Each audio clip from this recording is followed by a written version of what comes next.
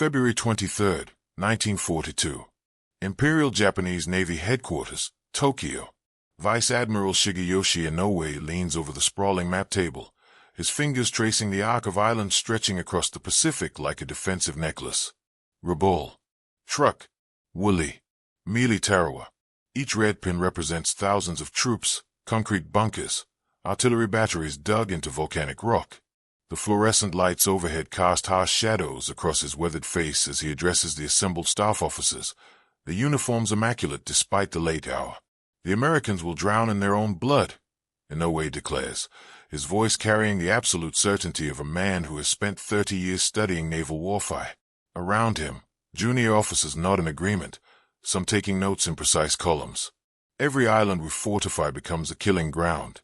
They must capture each one to advance their supply lines. Simple mathematics, they cannot sustain such losses. The logic appears unassailable. Japan has seized a defensive perimeter stretching 5,000 miles across the Pacific, from the Aleutians to the Solomon Islands. The strategy follows the Mahanian principles drilled into every Imperial Navy officer. Control the sea by controlling strategic points. Transform each island into an unsinkable aircraft carrier. Each atoll into a fortress that would cost the Americans tens of thousands of casualties to capture. The Americans, with their democratic sensibilities and horror of casualties, would negotiate peace rather than pay such a terrible price. Colonel Masanobu Tsuji, recently arrived from the Triumph in Malaya, stands near the window overlooking the dark Tokyo streets. His reputation as a brilliant but ruthless strategist precedes him. The American character is fundamentally weak, he interjects, stubbing out his cigarette in a jade ashtray. They worship comfort and material wealth. When their mothers receive telegrams, when their newspapers print casualty lists from Tarawa, from Kwajalein, from Saipan, they will demand the government sue for peace. Each island we defend buys us time to strengthen the next defensive line. The officers murmur approval. Intelligence reports confirm American industrial capacity is staggering. Liberty ships launching at a rate of 3 per day. Aircraft factories running 24-hour shifts. But ships and planes cannot capture territory. That requires infantry, marines, soldiers willing to charge across coral reefs under withering machine gun fire. The Americans proved at Guadalcanal they could fight with unexpected tenacity. But Guadalcanal was one island. How many Guadalcanals could American democracy endure? Commander Yoshitake Miwa, a specialist in defensive warfare, unfolds a detailed schematic of Rabaul's fortifications. We have transformed Simpson Harbor into the Gibraltar of the Pacific, he explains, his pointer tapping specific locations on the blueprint. 5 airfields, over 90,000 troops, artillery positions carved into the caldera walls. We have stockpiled 6 months of supplies, established underground hospitals, ammunition dumps that could withstand a year-long siege. The Americans cannot bypass Rabaul. It commands the sea lanes to the Philippines. They must attack, and when they do, we will bleed them white. Similar assessments arrive daily from garrison commanders across the Pacific. Truk Atoll, with its massive anchorage and repair facilities, bristles with coastal guns and fighter squadrons. The Marshall Islands, particularly Mili and Jaluit, have been fortified with reinforced concrete blockhouses, interconnected tunnel systems, rice warehouses sufficient for 2 years. Each commander reports full confidence, full readiness. Each believes his position impregnable. What none of these officers understand, what their rigid doctrinal training and cultural assumptions prevent them from comprehending, is that 2 American commanders are about to rewrite the rules of Pacific warfare entirely. July 28, 1943. Government House, Port Moresby, New Guinea. General Douglas MacArthur stands on the veranda, binoculars trained on the Owen Stanley Range rising like a green wall to the north. His khaki uniform is crisp despite the tropical heat, his famous corncob pipe clenched between his teeth. Below the veranda, staff cars arrive carrying maps, intelligence summaries, casualty reports from the ongoing campaign in New Guinea. The humid air carries the smell of diesel fuel and tropical vegetation. Behind him, Brigadier General Boniface spreads reconnaissance photographs across the mahogany table. Aerial images of Rabaul show an anthill of activity, revetments protecting hundreds of aircraft, wharves crowded with supply ships, anti-aircraft batteries positioned in concentric rings. Intelligence estimates 90,000 Japanese troops, Fellows reports, adjusting his spectacles to read the typed summary. 400 aircraft operational. Coastal guns ranging from 75 mm to 200 mm. A direct assault would cost us 30,000 casualties, possibly more. MacArthur lowers the binoculars, his jaw tightening. He has watched too many body bags loaded onto hospital ships, read too many condolence letters to Gold Star mothers. The arithmetic of frontal assault warfare offends both his strategic sensibilities and his ego. There must be a more elegant solution. We don't need Rabaul, he says finally, the words emerging slowly as the idea crystallizes. We need what Rabaul protects, the sea lanes. If we take positions that allow us to blockade Simpson Harbor, the fortress becomes irrelevant. The concept is radical. American military doctrine, inherited from Europe's methodical warfare, emphasizes seizing territory sequentially, eliminating enemy strongpoints, securing supply lines. But MacArthur's experience in the Southwest Pacific has taught him different lessons. The jungle warfare, the distances, the logistics, conventional approaches produce conventional results, meaning high casualties and slow progress. We leapfrog, MacArthur continues, his voice gaining conviction. He begins pacing, hands clasped behind his back in his characteristic pose. We bypass Rabaul entirely, seize Lae, then Madang, then the Admiralty Islands. Each leap takes us closer to the Philippines while isolating Japanese garrisons. Let them sit in their bunkers eating stockpiled rice while we steam past. He pauses, his eyes distant, calculating. They wither on the vine. The phrase pleases him. It captures both the strategy and its outcome. Japanese troops becoming strategically irrelevant, their weapons useless, their training wasted, their supplies consumed in meaningless waiting. The Japanese have positioned their forces to fight the last war, to replicate the static defensive successes of World War I. They expect methodical American advances, island by island, each one contested, each one bleeding American will to continue. They haven't anticipated that the Americans might simply refuse to play that game. 2,000 miles to the northeast, Admiral Chester Nimitz reaches identical conclusions through different reasoning. In his office at Pearl Harbor, surrounded by charts showing every island, reef, and current in the Central Pacific, Nimitz considers the problem from a naval perspective. His background as a submariner influences his thinking. Underwater warfare is fundamentally about choosing when and where to engage, about hitting weak points rather than strong ones. The Japanese expect us to assault every fortified atoll, Nimitz tells his staff during a planning session. His mild demeanor conceals a ruthless strategic mind. They've concentrated forces at Tarawa, Kwajalein, Eniwetok, places they consider vital. But what if we don't consider them vital? What if we strike the less defended islands that provide the same strategic advantages? His chief planner, Captain Forrest Sherman, spreads nautical charts across the plotting table. The Marshall's campaign could bypass the heavily fortified atolls entirely, Sherman suggests, his finger tracing potential routes. Hit Majuro first. It's lightly defended but has an excellent anchorage. Then Kwajalein in the center, isolating the eastern and western island groups. Mili and Jalua become irrelevant. We save potentially 10,000 casualties. Nimitz studies the proposal, his fingers drumming softly on the table edge. The Japanese have scattered their forces to defend everything, but in defending everything, they've made it impossible to concentrate forces anywhere. The Pacific's vastness, which should favor the defender, actually favors an attacker with sufficient sea mobility. The Japanese can only react after Americans have already landed, and by then it's too late. The convergence of MacArthur's Southwest Pacific strategy and Nimitz's Central Pacific approach creates an unstoppable pincer movement. But neither American commander yet realizes the full implications of their innovation. They are not just avoiding costly battles, they are transforming the strategic landscape. They are turning Japanese strength into Japanese weakness, converting fortresses into prisons. December 26, 1943. Cape Gloucester, New Britain. The landing craft ramps drop onto black volcanic sand, and Marines from the 1st Division pour out into waist-deep surf. Rain hammers down in tropical sheets, reducing visibility to 50 yards. The jungle beyond the beach appears as a dark green wall, seemingly impenetrable.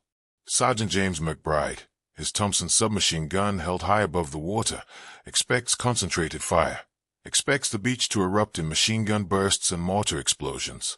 Nothing happens. The Marines sprint across the beach, taking positions behind fallen palm logs, weapons trained on the tree line. Still nothing. McBride's squad leader, Sergeant Frank Phelps, waves them forward into the jungle. They advance cautiously, expecting ambush at every step. They find abandoned positions, foxholes recently dug, ammunition boxes stacked neatly, even hot rice in mess tins. The Japanese have withdrawn into the interior. What McBride and his fellow Marines don't realize is that they are participating in a strategic revolution. Cape Gloucester sits at the western tip of New Britain, directly across from Rabaul. By seizing this position, MacArthur has placed American artillery within range of the vital Bismarck Sea shipping lanes. Japanese supplies heading to Rabaul must now run a gauntlet of American aircraft and coastal guns. The fortress hasn't been captured. It's being neutralized. At Rabaul itself, Lieutenant General Hitoshi Imamura stares at the situation map with growing comprehension and horror. Red markers showing American positions now appear at Cape Gloucester, across the straits, threatening his supply lines. Blue markers denote his own forces, 90,000 troops, hundreds of aircraft, massive artillery batteries. All useless. The Americans haven't attacked his fortress. They've made it irrelevant. Imamura's chief of staff, Colonel Katsuo Okazaki, reads the latest intelligence summary aloud. American forces have also landed in the Admiralty Islands, seizing Manus. They are constructing a major naval base there. His voice carries disbelief. The Admiralties sit 400 miles northwest of Rabaul, completely bypassing the fortress. With a base at Manus, American ships can interdict all Japanese traffic in the region. We must attack, suggests Major General Masao Kusanos, commanding the 38th Division. Launch a counteroffensive to retake Cape Gloucester. Destroy their beachhead before they consolidate.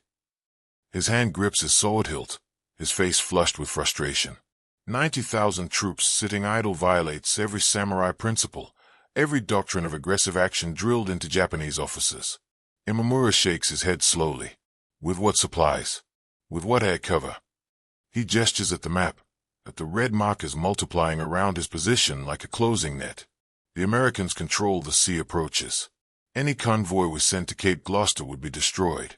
Any aircraft we launch would be outnumbered 3-1. The bitter truth settles over the room. Rabaul's massive garrison has become strategically impotent without firing a shot in its own defense. The pattern repeats across the Central Pacific. In February 1944, American Marines storm ashore at Kwajalein Atoll in the Marshall Islands. The Japanese anticipated the assault would come at the heavily fortified eastern atolls, Mili, Jaluit, Maloelap, where they'd concentrated forces. Instead, Nimitz struck at the center of the Marshall Chain, seizing Kwajalein's excellent anchorage while bypassing the eastern garrisons entirely. On Mili Atoll, Rear Admiral Masashi Kobayashi watches through binoculars as American warships steam past on the horizon, not even bothering to bombard his positions. His garrison of 8,000 troops mans coastal guns that will never fire in anger, guards beaches that will never be assaulted. The supply ships that once arrived weekly have stopped coming. The rice warehouses that seemed so abundant are slowly emptying. Kobayashi realizes, with sick certainty, that he and his men will sit on this coral atoll until they starve or until the war ends, whichever comes first. The American leapfrogging strategy accelerates. In April 1944, MacArthur's forces land at Hollandia in Dutch New Guinea, bypassing 18,000 Japanese troops at Wewak. In June, they seized Biak Island, leapfrogging another 20,000 Japanese at Menokwari. Each bound covers 300 to 500 miles, leaving Japanese commanders stunned at the pace of American advances. At Imperial General Headquarters in Tokyo, staff officers struggle to comprehend what's happening. The neat red pins marking Japanese defensive positions remain unchanged on the map, but blue pins representing American forces keep appearing hundreds of miles beyond them, in unexpected locations. The carefully constructed defensive perimeter is becoming a scattered archipelago of isolated garrisons. The Americans refuse to attack our strongpoints, observes Colonel Takashiro Hattori during a staff meeting. His tone carries bewilderment rather than relief. They are violating fundamental military principles. You cannot simply bypass enemy forces and leave them in your rear. But that's exactly what the Americans are doing. And with each leap forward, more Japanese troops join what MacArthur has begun calling the bypasses, soldiers still combat ready, still armed, still occupying fortified positions, but utterly irrelevant to the war's outcome. August 15, 1944. Truk Atoll, Caroline Islands. Vice Admiral Tuichi Hara stands in the underground command bunker, 60 feet beneath volcanic rock, listening to the distant rumble of American carrier aircraft overhead. The fluorescent lights flicker each time bombs impact somewhere on the atoll's surface. He's lost count of how many raids have struck Truk in the past 6 months. The Americans attack at will, whenever they please, facing minimal opposition. The massive naval base that Japanese planners called the Gibraltar of the Pacific has become a death trap. The February raid, Operation Hailstone, destroyed 2 cruisers, 4 destroyers, and 32 merchant ships in the lagoon. More importantly, it sank the illusion that Truk was impregnable. Admiral Minachi Koga evacuated the combined fleet before the Americans could return. Now the magnificent anchorage sits mostly empty, its repair facilities idle, its fuel tanks drained. Hara's chief logistics officer, Commander Shinji Nakamura, presents the weekly supply report. His hand shakes slightly as he reads the figures. Rice stockpiles sufficient for 4 months at current rations. Ammunition adequate for 1 sustained engagement. Medical supplies critical. We have no morphine, no sulfur drugs, no surgical anesthetic. Fresh water contaminated by bombing damage to the desalination plant. He pauses. 27 men lost to malnutrition-related diseases last week. Beriberi, scurvy, dysentery. 43,000 troops occupy Truk, infantry, naval personnel, construction workers, Korean laborers. They man coastal guns that never fire, maintain aircraft that never fly, guard an anchorage that no ships visit. The Americans simply go around, using Eniwek as their advanced naval base instead. Truk's strategic value has vanished, but its garrison remains, consuming dwindling supplies, dying slowly from disease and malnutrition. Lieutenant Takeshi Yamamoto, a young officer from Osaka, approaches Hara with a request he knows is futile. Sir, my men ask when we will fight. They volunteered for combat duty. Instead, we pull weeds from runway cracks, repair bomb damage to already useless facilities. They want to die honorably, not waste away from disease. Hara has no answer that wouldn't destroy morale completely.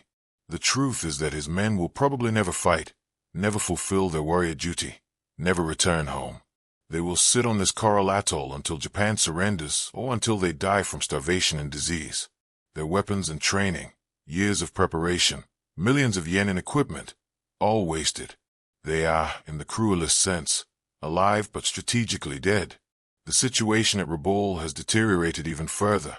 Lieutenant General Imamura's garrison has swelled to 97,000 troops as retreating forces from other bypassed positions consolidate there. But the supply situation has become catastrophic. American aircraft and submarines have made resupply impossible. The garrison has begun farming, clearing jungle to plant taro and sweet potatoes, fishing in Simpson Harbor, hunting wild pigs in the interior. Major Yoshitaka Hori, now commanding a provisional farming battalion, leads his men through the jungle with machetes instead of rifles. They are clearing land for vegetable plots, a task that would have been unthinkable to regular army troops before the bypassing began. We harvest 2 tons of sweet potatoes today, he reports to his division commander. Fishing parties brought in 100 kilograms of tuna. It's not enough. We need 4 tons of food daily to adequately feed this garrison. The men are on half rations, then quarter rations. Their uniforms hang loose on shrinking frames. Tropical diseases ravage units, dengue fever, malaria, scrub typhus. The underground hospital complex, built to treat combat casualties, instead becomes a hospice for men dying of starvation and disease. The irony is bitter. They are surrounded by weapons and ammunition but dying from lack of food.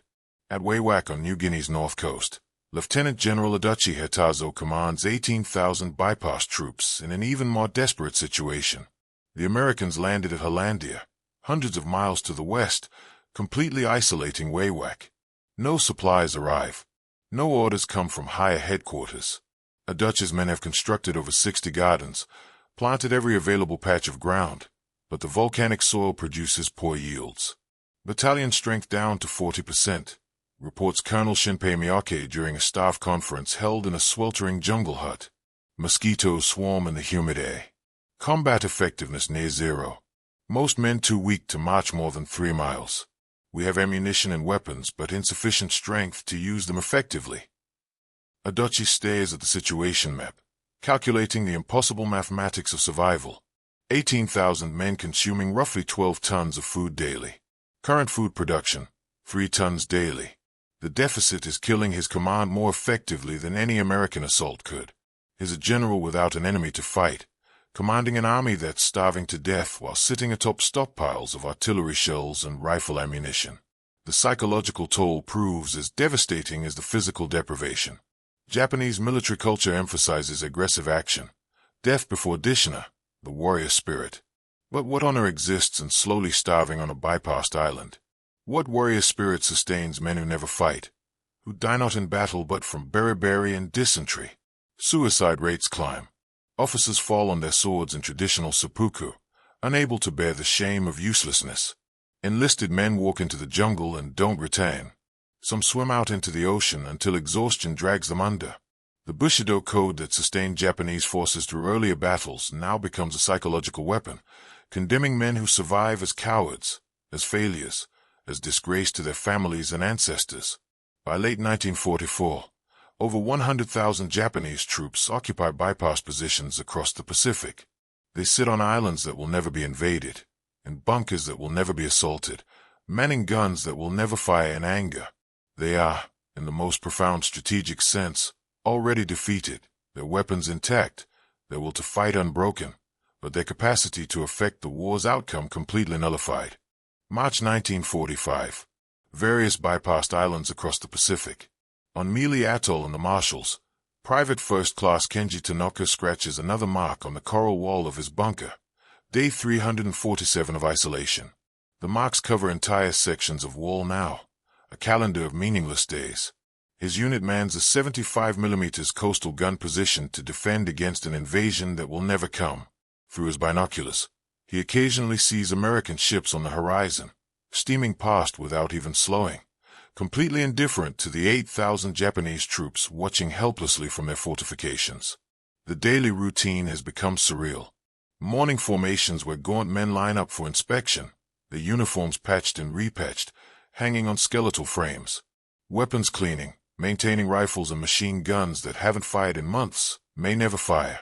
Artillery drills with no shells to practice with, since ammunition must be conserved for the hypothetical invasion. Then hours of searching for food, catching fish, harvesting seaweed, hunting rats, digging for any edible roots. Tanaka's squad leader, Corporal Masaru Ishida, died 3 weeks ago. Not from enemy action, from malnutrition and dysentery. He was 24 years old, had trained for 3 years, was an expert machine gunner. He died squatting over a slit trench, too weak to even call for help. They buried him with military honors, fired a 3-volley salute with carefully rationed ammunition, then returned to their bunkers to wait for nothing. The garrison commander, Captain Yutaka Okada, has stopped issuing tactical orders. What's the point? Instead, he assigns farming details, fishing parties, construction crews to repair the same bomb-damaged facilities over and over. He composes letters to families of the dead that will never be mailed, since no ships arrive or depart. The letters pile up in his quarters, a paper monument to futility. At Rabaul, the situation has descended into pure survival mode. Of the 97,000 troops concentrated there, more than 15,000 have died from disease and starvation. The massive underground hospital complex has become a morgue. Doctors perform surgery without anesthetic, amputate limbs with rusty saws, watch men die from infections that basic antibiotics could cure, if they had any antibiotics. Lieutenant Colonel Kiyoshi Kawaguchi leads a foraging party into the interior jungle, searching for anything edible. His men, once proud infantry veterans of the China campaign, move like elderly men, conserving every calorie, stopping frequently to rest. They are hunting for wild pig, but haven't spotted any for weeks. The animal populations have been hunted nearly to extinction by 97,000 hungry men. Found something, calls out Private Hiroshi Soto, pointing at a cluster of plants. Kawaguchi examines them carefully. They might be edible, might be poisonous. He takes a small bite, chews thoughtfully, spits. The bitter taste suggests toxicity. They move on. The day's foraging yields 2 pounds of edible ferns, 3 small lizards, a handful of grubs. Divided among 30 men, it provides perhaps 200 calories each, roughly 1/10 of their daily requirement. That evening, Kawaguchi writes in his diary by candlelight, "We are soldiers without enemies, warriors without battles. The Americans have defeated us without fighting us. They have transformed us into scarecrows, armed, uniformed, but ultimately useless. The ancient samurai faced death in combat. We face death by irrelevance, and I am unsure which is wise." The psychological warfare proves more devastating than any conventional attack could be. American aircraft periodically drop leaflets over bypassed islands, informing the garrisons of Japanese losses elsewhere. Iwo Jima fallen, Okinawa invaded, the Philippines liberated, Tokyo burning under B-29 raids. The leaflets include surrender instructions, promises of fair treatment under the Geneva Convention, photographs of well-fed Japanese POWs. Most garrisons ignore the leaflets, burn them unread, as military discipline requires. But soldiers read them secretly, pass them around at night, absorb the information. The war is being lost without them, lost while they sit idle.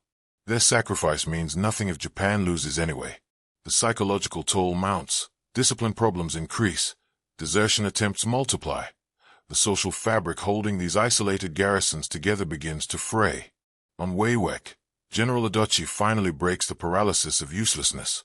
In late 1944, he orders his remaining 12,000 effectives, those still strong enough to fight, to launch a massive attack against American positions at Atape. He knows the attack is suicidal, knows his men are too weak and poorly supplied to succeed. But dying in battle has become preferable to dying from starvation in the jungle. The assault begins on November 10th. Emaciated Japanese soldiers, many too weak to run, advance against American machine gun positions. They attack with rifles, bayonets, even sharpened bamboo spears when ammunition runs out. American troops watch in horror and pity as skeletal men in ragged uniforms charge in human waves, screaming "Banzai!" and falling by the hundreds. The attack achieves nothing strategically. American positions hold. But for Dutch's men, it provides something they've desperately needed: a warrior's death, a purpose beyond slow starvation. Roughly 9,000 Japanese die in the offensive. The survivors retreat back into the jungle, where disease and hunger continue their work. By mid-1945, the bypass garrisons have become ghost armies. They maintain the rituals of military life, formations, salutes, flag ceremonies, but the substance has evaporated. They are playing at being soldiers, going through motions that once had meaning, waiting for an end they know is coming but cannot hasten. On August 15, 1945, Emperor Hirohito's voice crackles over radios across bypassed islands, announcing Japan's surrender. For many garrison troops, the news brings relief rather than shame. The ordeal is finally over. They can stop pretending their isolation serves any purpose. They can acknowledge what they've known for months. They were defeated not in battle but by being made irrelevant. The surrender process takes weeks. American ships arrive at islands they never bothered to invade, accepting the surrender of garrisons they never fought. Japanese soldiers line up their weapons, rifles and machine guns barely used, artillery pieces that never fired in anger, coastal guns that never engaged a target. They stack ammunition crates, tools, equipment, the material of war that proved useless because the war simply went around them. On Truk, Vice Admiral Hara formally surrenders to American officers on September 2nd. His 43,000 survivors parade before their conquerors, men who look more like concentration camp inmates than combat troops, wearing ragged uniforms on skeletal frames, many so weak they can barely stand at attention. The Americans provide medical care, food, water. Many Japanese troops weep at their first full meal in over a year. At Rabaul, the surrender ceremony becomes a surreal spectacle. 82,000 survivors, all that remains of the once mighty fortress garrison, assemble for the last time. They've maintained military discipline throughout the ordeal, maintained unit cohesion, maintained the illusion of being an effective fighting force. Now that illusion finally ends. They bow to the American flag, lay down their arms, and shuffle into POW camps as ghosts of the army they once were. November 1945. Occupation Headquarters, Tokyo. American military analysts sit in commandeered office buildings, surrounded by captured Japanese war plans, operational orders, intelligence assessments. They are conducting post-war analysis, trying to quantify what the leapfrogging strategy actually accomplished. The numbers stagger them. Colonel David Thompson, a former operations planner now assigned to the Strategic Bombing Survey, reads his preliminary findings to assembled officers. Japanese forces bypassed and effectively neutralized Rabaul garrison, 97,000. Truk, 43,000. Woleai, 8,000. Mili, 8,000. Jaluit, 5,000. Meloelep, 4,000. Waiwak, 18,000. Plus smaller garrisons at dozens of other locations. Conservative estimate, 135,000 Japanese combat troops removed from the war without being defeated in battle. He pauses, letting the figure sink in. That's the equivalent of destroying 9 full-strength divisions without losing a single American life in direct combat. The casualties these bypass garrisons suffered, roughly 40,000 dead from disease and starvation, were entirely self-inflicted. We didn't kill them. Strategic irrelevance killed them. The implications reshape understanding of modern warfare. The Pacific Campaign demonstrated that mobility and strategic position matter more than firepower and fortifications. The Japanese built magnificent defenses, positioned massive forces, stockpiled supplies, and none of it mattered because the Americans simply went around them. The strongest fortress becomes useless when the enemy decides it's not worth attacking. Major Robert Sherrod, a military historian assigned to document the Pacific Campaign, interviews surrendered Japanese officers for perspective. General Imamura, former commander of Rabaul, provides particularly insightful testimony. "We prepared for the wrong war," Imamura admits, his voice heavy with exhaustion. "We studied the German fortifications at Verdun, the French defenses of World War I. We believed static defense, properly prepared, was impregnable. We never anticipated an enemy with sufficient mobility to simply bypass our strongest positions." Imamura describes watching American ships steam past Rabaul, counting the transports and warships, calculating the troops and equipment moving toward the Philippines while his 97,000 soldiers sat idle. "We had the weapons, the ammunition, the will to fight. What we lacked was relevance. The Americans transformed us into museum pieces, artifacts of an obsolete strategic conception, preserved in our bunkers but no longer part of the living war." The psychological impact on the Japanese military establishment runs deep. The Bushido tradition emphasized fighting spirit, willingness to die, courage in the face of overwhelming odds. Japanese troops proved repeatedly they possessed these qualities. But leapfrogging attacked a different dimension entirely. It made courage irrelevant, made sacrifice meaningless, made dying pointless because it served no strategic purpose. Vice Admiral Hara, interviewed in a POW camp, struggles to articulate the psychological devastation. "My men were ready to fight to the death. We had provisions for a year-long siege, ammunition sufficient for months of sustained combat, coastal guns capable of sinking entire invasion fleets. Every man had written his final letters home, prepared for honorable death in battle. Instead, the Americans simply went around us. They treated Truk, the Gibraltar of the Pacific, as if it didn't exist. This defeated us more thoroughly than any military assault could have." The strategic lessons transform American military doctrine. The Joint Chiefs of Staff commissioned multiple studies on the leapfrogging strategy, distilling principles applicable to future conflicts. The key insights: concentrate mobility and firepower at chosen points rather than dispersing forces to defend everything. Bypass enemy strongpoints when they are not strategically necessary. Use speed and surprise to exploit defensive gaps. Force the enemy to react to your movements rather than executing prepared defenses.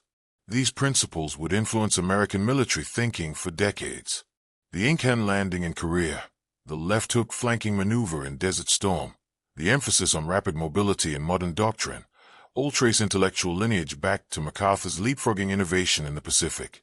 But the human cost of that innovation deserves acknowledgement, even for the enemy. 135,000 Japanese troops spent months or years in strategic limbo, armed, trained, ready to fight, but denied the ability to affect their nation's fate. They died not from American bullets but from disease, starvation, and psychological despair. Their weapons rusted in tropical humidity. Their ammunition went unused. Their training and sacrifice meant nothing to the war's outcome. Private Tanaka survived his ordeal on Mili Atoll. Repatriated to Japan in early 1946, he weighs 90 pounds, suffers permanent damage from malnutrition, has nightmares not about combat but about endless waiting.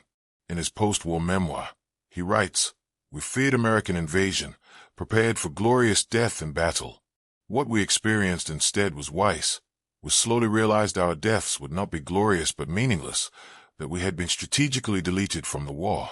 The Americans defeated us by forgetting about us."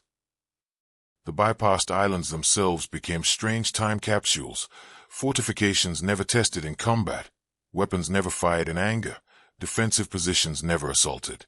American forces would occasionally land on these islands after the war, discovering Japanese equipment perfectly preserved, abandoned positions still maintained, coastal guns still operational decades later. The physical infrastructure of defense remained, but the strategic logic behind it had been demolished. In one final ironic twist, some bypassed islands provided more value after the war than during it. Manu's Island, seized by MacArthur in the leapfrogging campaign, became a major Allied naval base supporting operations across the Western Pacific. Eniwetok, bypassed by Japanese forces, became the staging area for the invasion of the Marianas. The islands Japanese had dismissed as non-essential proved strategically vital, while the islands they'd heavily fortified proved strategically worthless. The leapfrogging strategy represents more than tactical innovation. It represents a paradigm shift in how warfight could be conducted.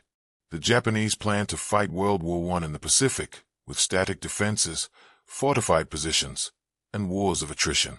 MacArthur and Nimitz fought a war of movement, strategic position, and operational art.